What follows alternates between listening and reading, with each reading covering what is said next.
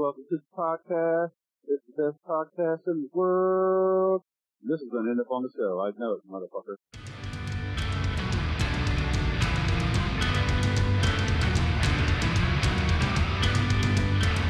What is up, ladies and gentlemen? Welcome to episode 130 of Epitome of Stupidity, your whole damn family's favorite metal show. The intro today is a song called Dig My Heels by Bask off of their upcoming album, The Turning. It is due out August 22nd, and let me tell you, it's been a while since they've put out something new, 2019. It's officially worth the damn wait, but more on them here shortly. If you're new here, welcome in. I'm Clint. I'll be your host. There'll be just a couple minutes of me setting things up here, and then we'll be off and running with another sure to be excellent conversation where we'll find out a shitload about Bask and their new album. Speaking of new, again, if you're new here, hit that there subscribe button for me, please. And you and I mean, we could do this like weekly as long as I do shows weekly. We'll figure it out on the way. Just hit the button. Mead read. What is mead, you ask? Well, I'm glad you did. Mead is what the fucking Vikings used to drink. So if you want to drink like a Viking, go to brimminghornmeadery.com. Pick out some award-winning mead that they'll ship right to your damn door. And then while ordering, use code EPITOMEAD at checkout. That's EPITOMEAD. And you'll even get a 10% discount. Not even the Vikings got service like that. Or discounts at all, I think. Okay. Some quick Clint notes on Bask. As previously mentioned, it has been a while since they've put out anything new. Their last album being 2019's 3 album, which was also fantastic. Back in May, they released a Brian Jonestown Massacre cover, and shortly after that, the singles for the new album started popping up. The first of which being the intro for today, Dig My Heels. The album is excellent from start to finish. I've been listening to it nonstop for the past couple weeks, getting ready for this and just enjoying the shit out of it. It does a lot of really interesting stuff to create some memorable songs. Let's talk more with lead guitarist Ray of the band about the album and all things Bask. Yeah, here we go. And here we are. On the line with me today is Ray of Bask. Ray, how the hell are you and where are you calling from? Feeling pretty damn good. Calling from right outside of Asheville, North Carolina. From North Carolina. You know what? I just realized I've got the COC koozie today. Aren't they North Carolina somewhere in there? They absolutely are. Yep. Can't go wrong with COC. It's true. So the band is yourself on lead guitar, Scott Middleton on drums, who once had the misfortune of being on this show years ago, Zeb on vocals and guitar, Jesse Van Note on bass, and as of this album, officially joining the band is Jed Willis on the pedal steel. You guys make a lot of great music together. All that's awesome. I want to ask something specific about Mr. Bass player Jesse, though. Sure. He appears to have a lot of tattoos, and some of them are on his damn head. Mm-hmm. Over the years, how many times have you heard someone ask him if those hurt, and how many times have you asked it? Oh yeah, I've definitely heard that over the years. That's for sure. Yeah. My boy is covered. That's for sure. But just like he's a little spicy on the outside, but all teddy bear on the inside. I'm here to say it. It's official. Officially a teddy bear. Officially a teddy bear. Jesse has been noted. Let's do some quick cliff notes on the band from inception. Let's do from inception to the 3 album, because I think the story that I want to pick up starts somewhere after the 3 album. So give us the cliff notes on the band up to there. Yeah. So 10 years ago, met up with Scott. We jammed for a while, and then linked up with Jesse. Then linked up with Zeb. Did some touring. Released 1 album. Released 2 albums. Released 3 albums, and then fortunate enough to be sitting here saying that we're actually going to release a 4th. As of August 22nd, The Turning will be coming out, and as I've already said, it is worth the wait. Cool. So with some of the things that I've seen about how it came together and some of the things you guys dealt with after 3 came out, I think the best way to start this conversation is to just kind of turn it over to you and let you talk us through the bullshit and problems that you guys dealt with and all that time in between and leading up to August 22nd, us talking today. Yeah. I mean, 3 came out maybe like 2 months or so, 3 months before COVID hit. Had a European tour planned, had a North American tour planned with Elder. a lot of cool stuff in support of the album cycle. And then obviously, just like everyone else, COVID hit, things stopped. And so we were like, okay, well, we can't tour. Let's get back in the basement and write some songs. So so then that's what bring us up to here. And then between then, hurricane hit kind of in the middle of of this as well, like right after we finished tracking.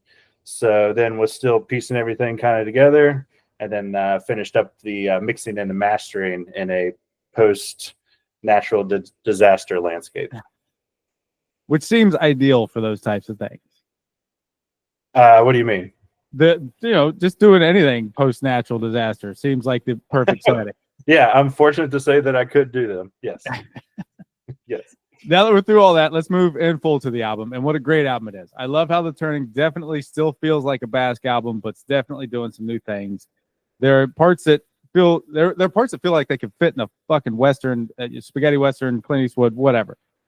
I'm a fan of that each and every time. I keep meaning to put together a playlist of all the songs that fit that vibe for me because I just fucking love it. How do you guys feel like you've grown or evolved on this album? And was there ever a surprising moment, even for you, where as something's coming together, you heard it and thought, all right, that's different. Hell yeah. Yeah, for sure. Like so many elements of that. And, to kind of touch on like some of that Western influence, don't even exactly know where that came from as much as we're just firm believers in not fighting the creativity when it's there. The last track on the new album is called The Turning. And, everyone will hear that when it comes out in August, 22nd. But yeah, that features some like really cool horns that kind of leans even heavier into this kind of like cosmic Western-ish landscape that we were trying to paint on this record. And I love the way that you guys often balance the heavier stuff with melodies and generally less heavy things with all the different things that you guys can pull off so well. I'm curious as to how these come together. Are there conversations? Like, I assume that there's riffs that start most of these things and then conversations about how things should be put together. Are there disagreements? How are they solved? How do you guys put it together? So yeah, a new approach that we took on this is in albums past, it was more, me bringing like a 5 or 6 minute song to the band for us to kind of decorate. And on this one, we wanted to go like less is more. So instead of like, hey, here's a composed song, it was like, here's 2 or 3 ideas. Let's like dress this skeleton together. Oh. And so I feel like this new record is probably absolutely the most like collaborative and cohesive that Bask has ever sounded. It's also been noted as a concept album. I don't know how much of the story you want to or are able to, as the, I assume, not essential lyricist here. Right. Do you want to? Can you give us some ideas of the story and the themes in it? Yeah, that's a little bit more like Zeb's territory in regards to how he's laying everything out lyrically.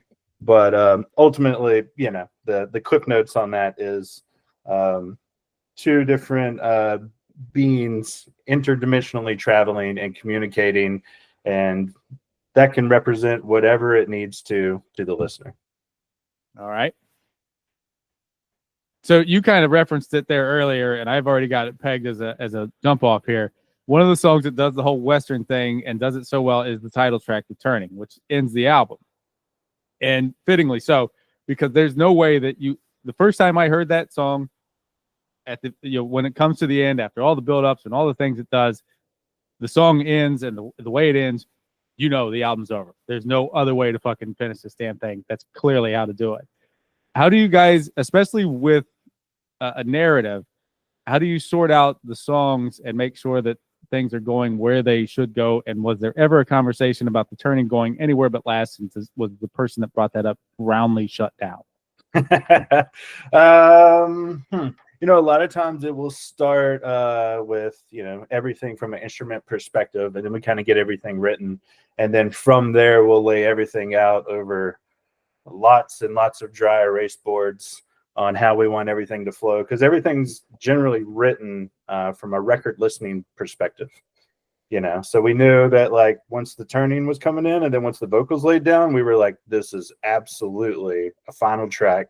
It's just like what I feel I'm so proud of me and my boys on doing with that is it's like, you don't think it can get bigger, and then like 3 different times it levels up and you're like, how in the hell is this getting bigger? Like how? And I absolutely love that. And that's where we're like, there's not a more like epic way to end this record than with this song. Absolutely, man. And you talk about not fighting creativity and the collaboration thing. Is that a thing that you guys are doing in the room, or is that where people are also, you said that, you know, sometimes you would just bring whole things to the table. Is somebody else bringing something and you're trying to incorporate things, or is this in the room jamming? Yeah, everyone's absolutely bringing their own element, their own flavor. I think it's that push and pull that absolutely makes Bask what it is, between the with a common, you know, everyone absolutely placing focus on the dynamics, and we're all, that's very, very important to us, you know. Make the heavy heavier by making the soft softer, you know. And, you know, we don't want you to necessarily ride a plateau when you listen to our songs. We want you in them peaks and we want you in them valleys. So I think it's the, you know, like, oh, there's the clean guitar over here. There's the dirty guitar over here. There's the clean bass. There's the rumbly bass. Now there's like, you know, slick ass pedal steel going, you know, incorporated in really tasty spots. And then, you know, Scott, you know, on drums, who I know you interviewed previously, you know, dial it back. Oh, maybe now you're using brushes. Now you're beating the shit out of your cymbals and getting that insurance claim, you know. And so sometimes when a band has this or that special guest on an album, it can feel forced, or like they're just trying to add a name for the sake of it, or just trying to, sometimes it feels like they're trying, is what I'm getting around to saying. And that is definitely not what's happening here, but you guys did bring in some extra musicians to do the horns and stuff like that. Yeah. Talk me through how that came about. When was it realized that, no, this needs something extra? Who can we get to do this? And what is it that we need to get? Yeah, I would say during pre-production is when we were kind of hearing this, when we were self-demoing everything. You know, a lot of times, like, you know, we play the piano ourselves.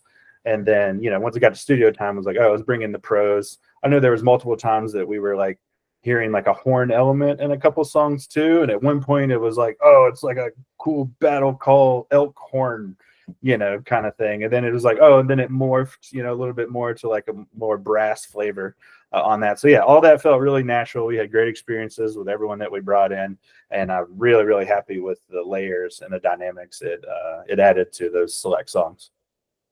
They work so damn well. And as good as Zeb's lyrics and vocals are, sometimes I feel like you guys are almost at your best when it's just the music, with your guitar kind of winding through everything, with all these layers, with Scott's drums, all that stuff. How often are you guys locked in like that when you're jamming and you just look at each other knowing that this is fucking awesome?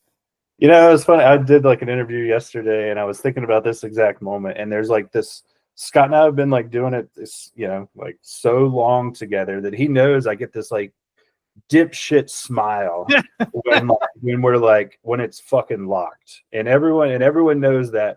And then I like specifically I've heard him be like, I could tell you like that beat because of that like dumb smile that you have. And I'm like, absolutely, that beat was awesome, don't change a thing, absolutely don't change it. And so yeah, absolutely. And I feel like we all have that like magic moment after we do like a certain run through, or maybe it's like the first time it like really all clicked, and it's like, it's absolutely a high. And that's probably what keeps us so damn addicted and coming back, you know, over 10 years now. Sure. What is your favorite part of this stuff? Is it the recording? Is it getting the dipshit smile, or is it playing live? Oh shit, yeah, that's a good one. Man, there's I really appreciate all of those elements. I would say the writing process is really cool though. Touring is obviously awesome, but it's pretty taxing and you know, tiring. But the cool thing about like you know, studio and prepping for that is that we just get to like hunker down and just like beat the shit out of all these things and make sure that they're like, every note is with intention and every beat has a purpose behind it. And that's why I appreciate your patience for 6 years, for the record, just because we've just been making sure it was our best yet. And with all that time, and you know, there were trials and tribulations and all the things, hurricanes and pandemics and bears, oh my, that led to some of the delays, and you guys making sure that things were right.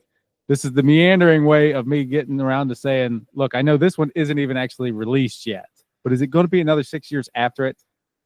God, I hope not. You know, but I'm also not here to put any time frame on that. I've learned all the, you know, I'm 41 now, and you know, I've been in bands since I was like 16, and I've learned that you just can't really force that creativity because you're the one's got to stand on stage and stand behind it. Sure. So I'm not going to push anything out in a time frame because we're the ones that's like got to tour on it and listen to it. So I want to make sure that we all stand on a very, very high platform with it, and we got our chest big that we're proud of it. So maybe it's 6, maybe it's 2. We'll see. Maybe it's 30. Now with the making sure it's something that we're proud of, a common question here where there are heavy bands that are screaming and things are angry and et cetera, what have you. A lot of times the talking point is, what do you do when someone in your personal life realizes that you're in a band? How do you explain the band to them? And it's usually a deflection type thing. I want to know if it's the same type of thing for you. You know, honestly, it's like, I'll be like, well, what do you listen to? And I'll gauge my response. Are you just a radio listener? Then maybe I'll say, oh, it's kind of like Neil Young and Sabbath, whatever. You know what I mean? But if, you know, if you're giving me some more underground stuff, I'm able to like lock it in a little bit more, you know? So I'll do a case by case scenario on that and see how generic or how underground your tastes are. And then I can hone in that response. I want to set aside, we've kind of talked around like the hurricane thing. And I know in some of the things that I've read leading up to this, that Long Lost Light is an important, if not difficult song for you guys. Can you talk us through it? That's the song that I believe that's the song we're going to be using as an outro today as well. Okay.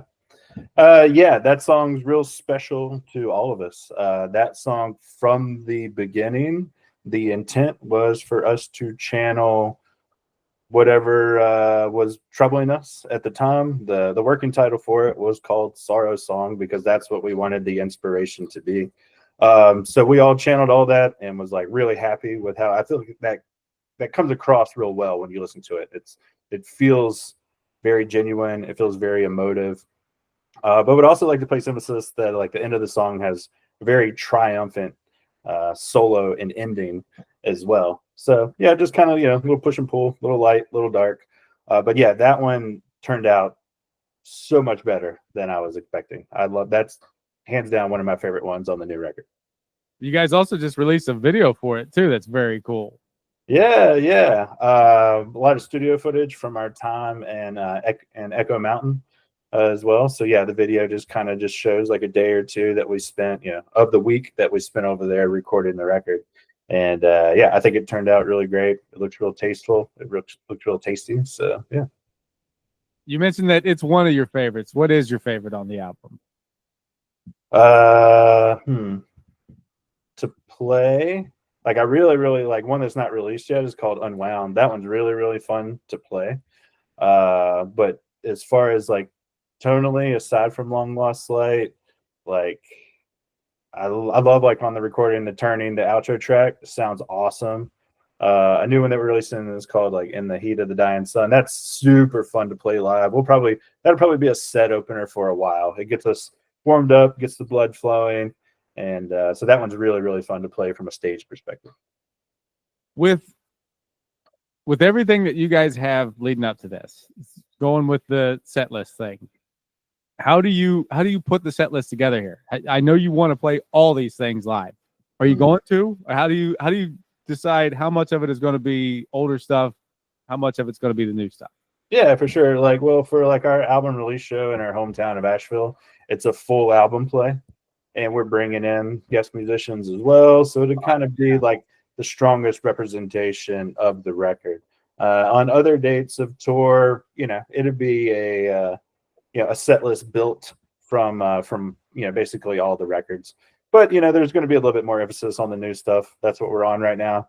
But I'm also a big advocate that there's nothing that I dislike more when I go to a band and they only play their new stuff, when I'm like, I really want to hear some of that old stuff that I've been jamming for like 7 years. I've been waiting to see it live, and I'm here to do my best to place my 1/5 of a vote that more older stuff can be a good thing. that album release show, you guys are playing with one of my absolute favorites, Generation of Vipers. I almost wore the shirt just because I knew I was going to end up saying this, but I figured that might be a little over the top. No, those dudes deserve all the praise and all the love. We love all those guys with all of our hearts. Travis, who plays bass in Generation of Vipers, recorded Ramble Beyond, which is our second record. Right. So we have like a really, strong, long history, and love those guys with all of our hearts. I am more than a little bit sad that I'm not going to be at that show. Yeah, it'll be a good one. It'll be a good one. I don't doubt it. So in talking about the video for Long Lost Light, you do something in there in the video that I do. And I want to know why you hate shoes and how fast you get them off when you're inside somewhere. Dude, I'm barefoot right now. You know it. Yeah, for sure. Yeah, I absolutely. And like I don't know if it was I don't know why I set this goal for myself, but I wanted to record the whole album barefoot, and I did. Yeah, I'm pretty much never wearing shoes. One of the things I hate most about tour. Having to wear shoes. Having to wear shoes, exactly. Yeah. They are awful. Yeah, I mean, there's a reason I have a house out in the country. There's a reason I have a yard. Yeah, I'm not trying to wear shoes. So. Just what about old country boy at heart? Yeah. What are your feelings on socks? I mean, I wear them if I'm wearing shoes or boots, but other than that, no, I'm good. Yeah, no, I'm with you there. I'm with you. Are you barefoot right now? I am. I tried to lift for people who are watching this on YouTube. I tried to lift my foot up high enough for him to see it. Yep. I can't do it. Almost. Second try. Still can't do it. I trust you. I promise. They're my feet. I don't know how to end that. You guys, so after the album release show, I think there's a show before the album release show, and then a string of shows along the East Coast there. Yep. Is there more stuff in the works after that? Larger, bigger plans? Columbus, Ohio? Yeah. We so that's just like part one. We're working on a couple, like a part 2, part 3, part 4, just to get out and different little stints. Kind of finding out like what typically works best for us is like 2 weeks. And so we'll do like little, this one's like basically up to Maine and back, and Northeast focused. And then we're working on another one for late fall, early next year. That'll be, a little bit more deeper Southeast. And then we'll do one that'll hit up more your area, Chicago, Ohio, et cetera, et cetera. That probably would be like early-ish next year. So consider me looking forward to it. Cool. Excited to see you. Do you have, so running with touring stuff here, what's your favorite tour story? And not the one where you guys get robbed in Sweden. Oh, that's true. Or that one, sure. Let me see. Favorites. I was this feels a little name droppy, so I'll preface it with that. But I was telling this one yesterday to a friend at coffee because sleep came up, and agent blah blah blah. Anyways, and so we were out with High on Fire, and we were in Amsterdam one night, and we were in the support green room, and then I remember I walked in and I was like, "Oh, hey, what's for catering or what's for food tonight?" And Pike sticks his head in and he goes, "It's ribs for dinner, and you're gonna love it." And I was like, yeah. So being in Amsterdam, hearing High on Fire telling you that you're gonna have ribs for dinner, that's a highlight. That's pretty damn cool. So also like, we've done multiple tours with the Weed Eater Boys, like love them. Also like, Sacred North Carolina Souls as well. Paul Bearer as well. Love those guys. Like they took us out for like a long, like 3 or 4 week North American run. And definitely kindred spirits over there on that camp as well. Sometimes you tour and it's like, oh yeah, we're cool. You're doing your thing, we're doing our thing. And then sometimes you tour and it's like, and so that's absolutely what it felt like with the Paul Bearer dudes, like, a few years ago. So, oh yeah. Is there a particular place or venue that you like playing more than anywhere else? Yes. There's this, where is it? There's this amazing venue in Germany. Gosh, I'm forgetting the name of it. But anyways, you're able to, they got like a large, probably like 700-800 cap room upstairs. And then bands are allowed to stay there overnight in the downstairs, like artist quarters. And you know how like amazing it is to like, why is that not a thing? Dude, to get off stage and then to like be like, oh, we don't have to drive, we don't have to figure out who's DDing. We literally just walk down a flight of stairs, and then there's accommodation and food and a refrigerator. Like, I have no idea why it's not as popular here in the U.S., but that is a venue that absolutely aids in the stereotype of the luxuries of touring Europe versus the U.S. Yeah, I feel dumb for having to say I never even thought of that. Why isn't that a thing? Yeah, it's awesome. And so we've been fortunate enough to play there twice now, and every time it just sticks out. It's just like being just, kind of perfect in a way. So easy load in, nice accommodation, in like kind of like the heart of the city. Yeah, it's a great room. Hell yeah. Is there a particular piece of gear, pedal, guitar, drums, whatever it is, that is essential to the Bask sound? Oh, I guess that depends on who you ask. So I can pretty much only answer for me. I feel like I've been like latched on to this like semi hollow body Gibson Midtown guitar for years, and I love how it can wood up the clean tone a little bit when we're in our clean sections, but how I can kick it down on the bridge pickup selector and get real gnarly with it when need be. So I love that guitar and how it kind of balances both of those worlds for us. I love that like Boss DD 500 delay pedal. I've had that on my board for like 6 years now, and it's so much more than I need. But the 5 things that it does that I need, it does it so well. So yeah, so that one's pretty much, I haven't got away from those like 2 things, I would say, in like 7 years. Do you feel like as a band, you guys are a continually evolving line or chapters? What was that? Say it again. As a band, are you guys in a continually evolving thing, or is it chapters? Oh, yeah. I think I'm more paint the picture of it always evolving.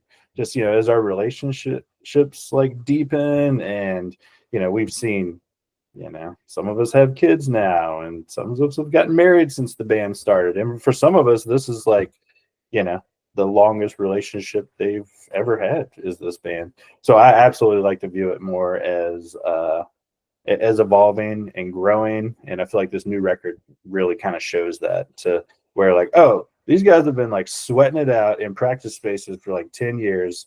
They know each other. They know that dipshit smile when the riff locks, And I think that you can hear that, and you can really like feel it on this one. Sure. As a listener, it's always great to hear when a band has that cohesion and is this far in and doesn't fight the creativity. I love that phrase. And you get this type of effort out of it. You get this type of result. Like, I've been listening to this thing for like 2 weeks straight, and being completely honest, I do that kind of regularly, getting ready for a show, wanting to know about the album, wanting to get my way through it. By the time I'm getting to the conversation, there are times where I've been pretty done with an album. Right. I'm not done with this son of a bitch. Oh, sweet. Nice. Cool. I'm glad it's still there for you in the front of your brain. Oh, it's so good. What is the biggest difference between, say, first, or let's pick Ramble Beyond. What's the biggest difference between those early years and now? Be it recording, be it friendships, be it the band in general. Yeah, I would say the biggest difference is that the comfort that we all individually lean into, that this is Bask. I feel like in those early days, we were like, what are we? Yeah, we were establishing ourselves, establishing our sound. Now there's just 100% confidence from each of us that it's like, this is what we do. This is what we sound. And we hope that people like it. So, yeah, I would say just, a level of confidence within that evolution. Establishing versus established. That's right. Where did the name come from? Oh, man. I remember we were sitting around, we were trying to figure this out. And I think like Jesse threw it out on the table, and we were like, oh, that's kind of cool. Okay. Yeah. And then more was a little bit more predominantly like, oh, no one really has this name. We should absolutely jump on this right now, immediately. And we did. But yeah, ultimately just a round table. I'm like, oh, okay, well, this sounds like it can be heavy and soft at the same times, depending on the phrasing. So we kind of like how that embodied is like, we knew we weren't going to be like a crushing death metal band. That was never a goal. You know, so if I can paint a picture, I feel like there's absolutely certain songs that you could listen to that you could imagine like sunbathing to, you know, and just like you're out on the river, you got a beer, you got a J, and you're just soaking up the sun. I absolutely like we have songs that will complement that. I would not waste a single second arguing that. Have there been any bad or good dad jokes in relation to the name, and what were they? Dad jokes? Yeah. Gosh. I don't know, but if you got some, The easy one in my brain is I'm just going to bask in this album. Oh, okay, yeah, for sure, absolutely, yeah, plenty of those. Yeah, just like the ones you would expect, like that one. You know what I mean? But a lot of times, at one point, we were touring in a old Baptist church van. And because we were called Bask and we were touring in a church van in the earlier days, a lot of people thought that maybe we were a Christian group. So it was kind of funny. What were the conversations there? Well, just like, oh, well, after y'all said, I thought with y'all rolling up in the church van and being called Bask, like, bask in his glory, you guys don't sound like you're a Christian band. And we're like, because we're not. So we'll see you next time. Yeah, exactly. All right, thanks. See you, bye. I feel like there's a lot of wordified combinations to try to describe you guys' sound. How would you genreify describe your sound?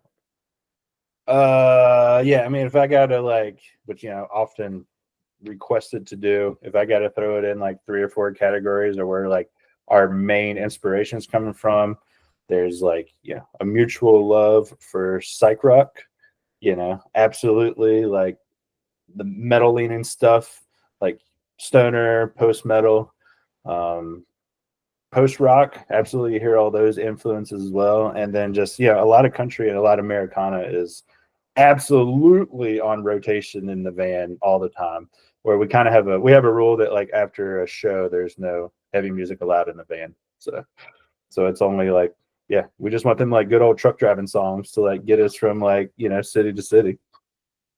So it's just you and me talking. You can be completely honest here. You're talking about driving in the van, picking the music, all those things. Who are you least excited about when you know it's their turn to pick the music? Well, all right. So here's like fine print on that is we have a rule in the van of whoever is driving gets to pick the music. And Jesse does 93% of all the driving. And and Jesse has great taste in music. So there's really like, my only like, is like after a show, just no metal after a show. It's just like, let's wind down with something. Sure. But yeah, so Jesse's doing predominantly all the driving. So he's always got that aux cable. And I'm always happy with what he puts on. All right. You very definitely dodged that question. Oh, it's true. It's true. Yeah. If somebody hasn't heard the band and you get to decide what song they hear first, what's the song? Oh man.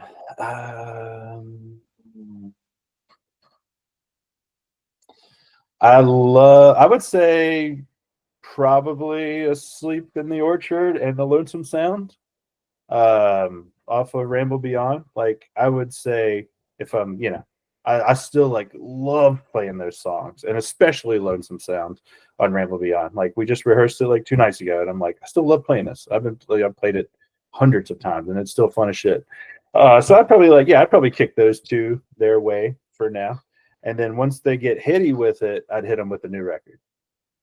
I don't mean to deviate away from the new record, but I'll try to tie this together. So in the same way that The Turning is just the perfect end of an album, I think Asleep in the Orchard is a solid contender for a fucking excellent way to start an album. Dude, the way that builds up and when the riff kicks in. Yeah, man. Yeah. I like, I absolutely agree with you. I think that they absolutely a very strong opener, and I'm glad that we went that direction. I don't think there was really any doubt once we were writing that wasn't going to be the record opener. But yeah, I agree with you. How'd you get started with guitar? Oh man, I was like pretty young. I was like 7 or 8, and Santa Claus brought me a guitar, and I was really excited about that. And then that led into some guitar lessons when I was like 9 or 10, and yeah, and then I just like I was in school band, and then I was like, I'm not into this. I want to play guitar. Like I want to start like a real band, and yeah, so then that started in high school, and basically been in bands ever since then. But yeah, I started when I was pretty young, and just been kind of going ever since then. Not necessarily getting a shit ton better, but just always doing it. If I'm being honest. Sure. No, I got you there. I mean, I can riff, but I can't like sweep or I can't do any of that. Who are your influences, and who in that have you heard yourself maybe come a little close to a couple times?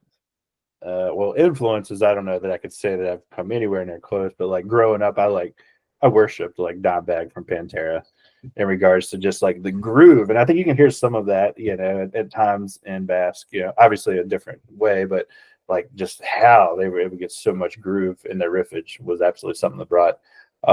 Same with Deftones. Deftones is also like a big influence as well. I think they are another band who I've always looked up to, who did such a good job walking that line between like heavy but not brutal.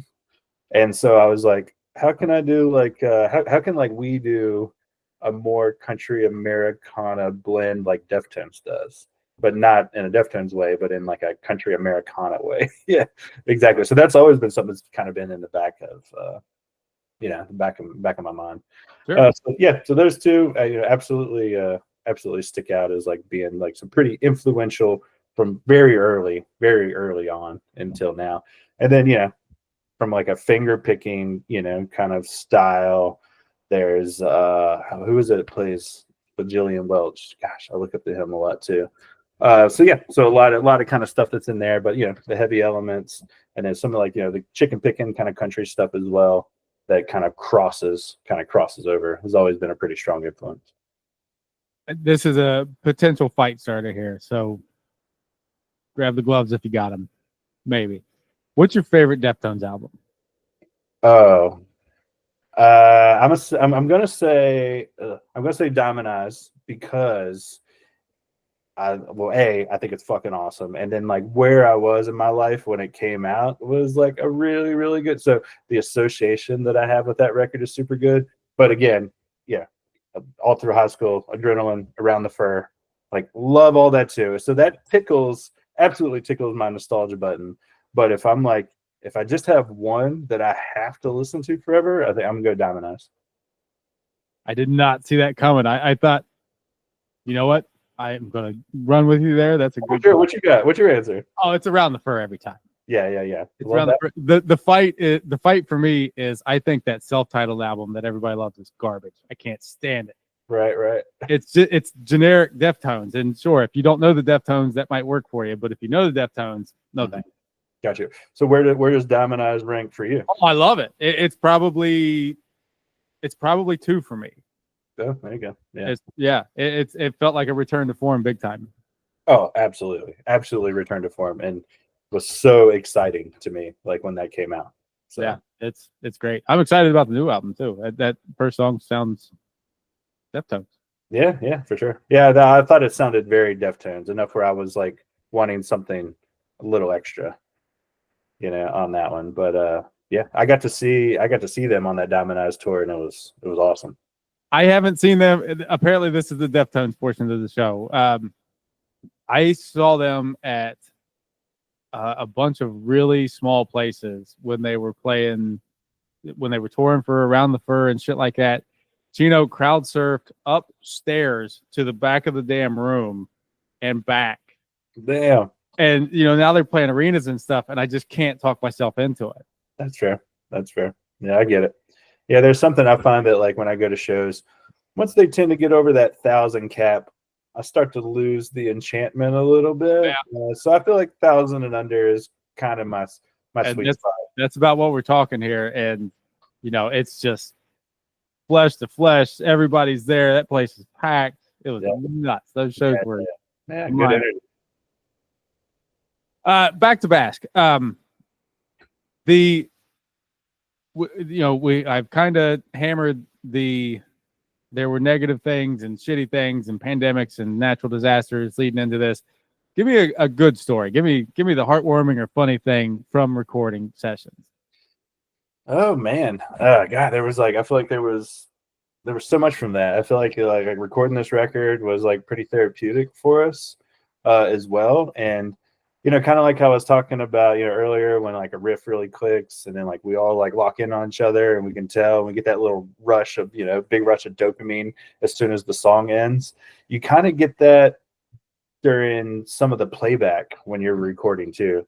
So there was absolutely moments where we would hear like the first playback, and that's just like it's such like a beautiful moment for me. For where like you rewind years ago and you go, oh, this was just up here, and then it kind of came to here, and then we all brought it and sweated it out in a rehearsal space for a year or two, and then now we're like laying it down in the nice fancy studio to like go out into the ether and live for a long time.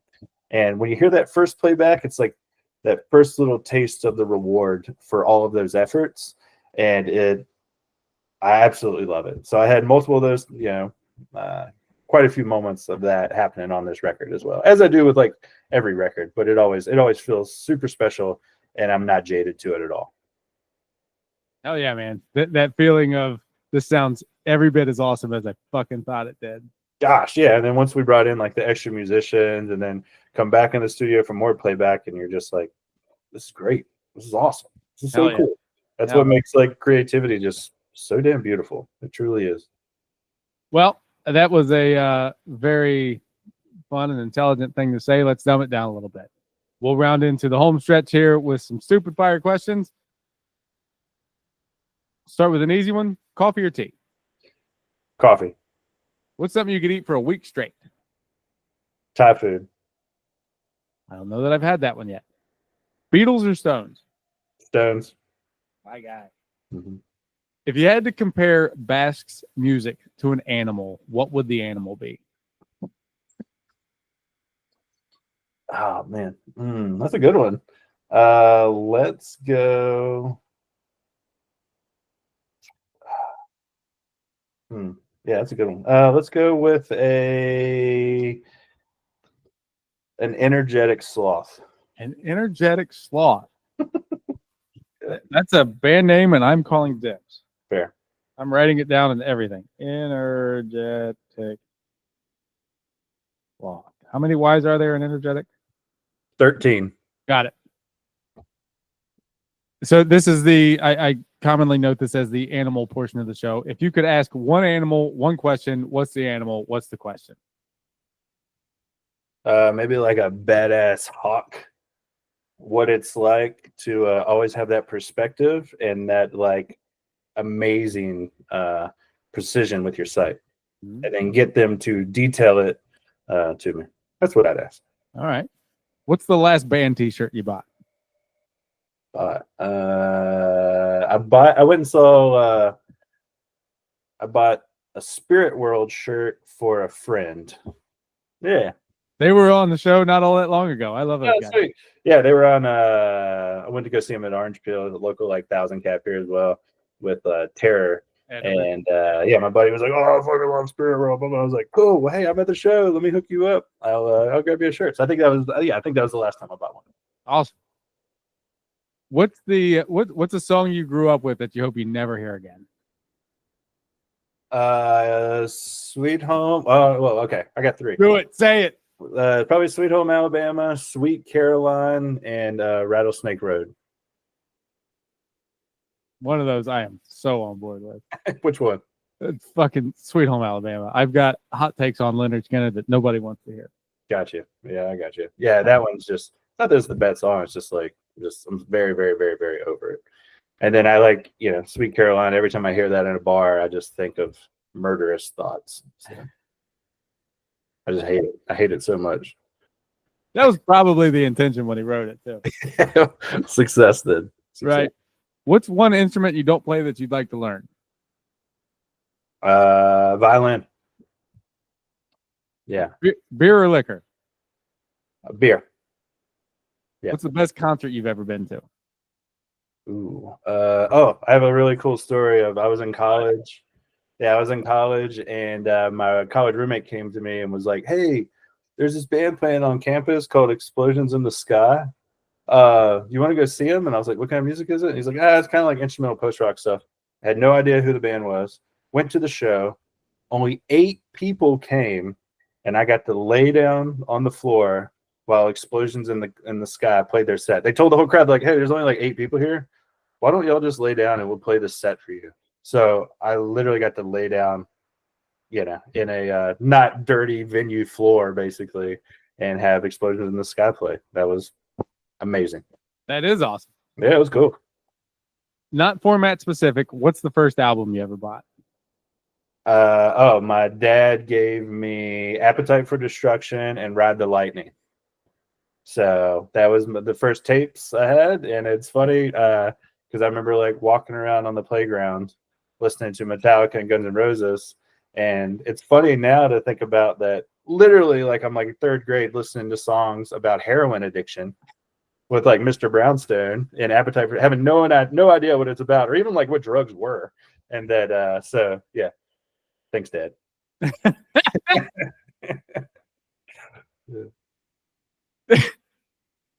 Thanks, Dad. Go-to karaoke song. Don't have one. Don't karaoke. What do you? What comes on the radio or your Spotify or whatever when you're driving and you're gonna sing this some bitch loud as shit when you're in the car by yourself? Oh shit! I don't know. Maybe like a Garth Brooks song. Just like probably some 90s country that I'm typically would maybe sing along to, super, super drunk at 2 a.m. at home.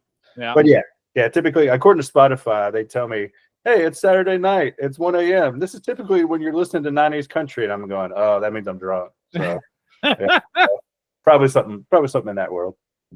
Sausage links or patties? Oh, I'm going patties. Good man. Yeah. Oh, I'm sorry. I'm writing. Oh, that means I'm drunk. So to wrap this up, before we go into the thanks here, the last actual question is super unique to this show. You've never heard anything like it. Patent pending, all those same things.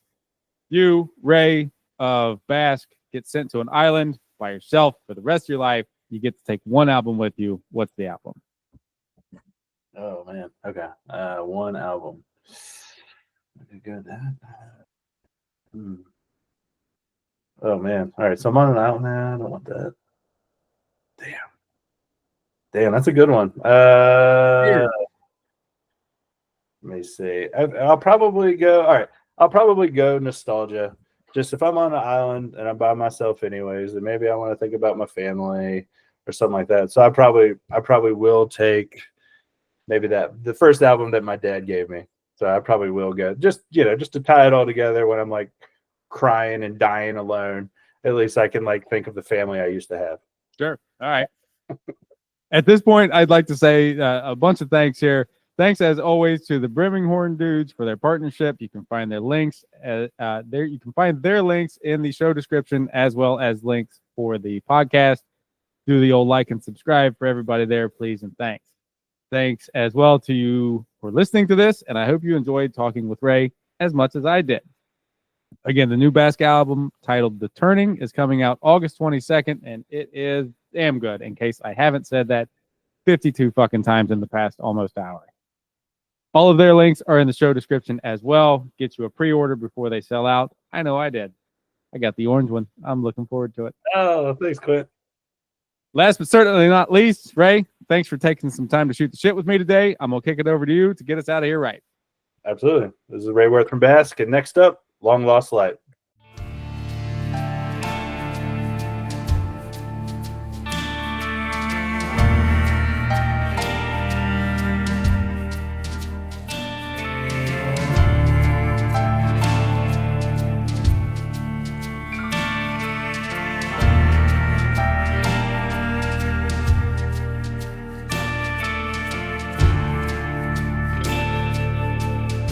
Can you feel the moments move so quickly?